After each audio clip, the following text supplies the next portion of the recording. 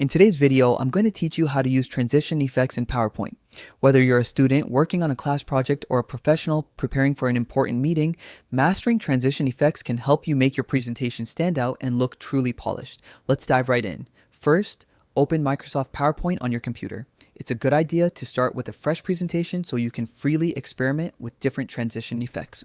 If you're working on an existing project, that's fine too.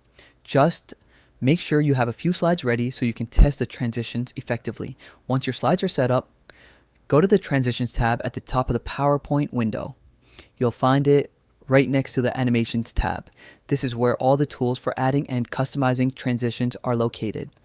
Next, look for the Transition to this slide section or the Transition drop-down menu. When you click it, you'll see a wide range of transition effects, everything from simple fades to more dynamic options like push, wipe, or morph. Each one offers a unique look and feel for your presentation. For this tutorial, let's focus on the morph transition. This effect is particularly powerful because it creates smooth, seamless movement between slides. It can make your presentation feel more professional and visually engaging. When you select the morph transition, PowerPoint automatically analyzes your slides and determines how to animate the elements between them. The result is a clean, natural motion that keeps your audience's attention.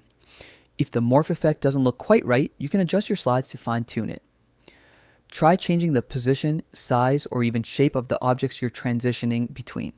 Small tweaks can make a big difference.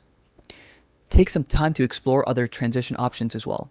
Think about the tone and pacing of your presentation.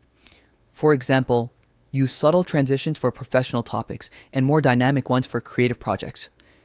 And that's it. You now know how to apply and customize transition effects in PowerPoint. With a little experimentation, you can give your presentations a smooth, cohesive flow that feels both creative and professional.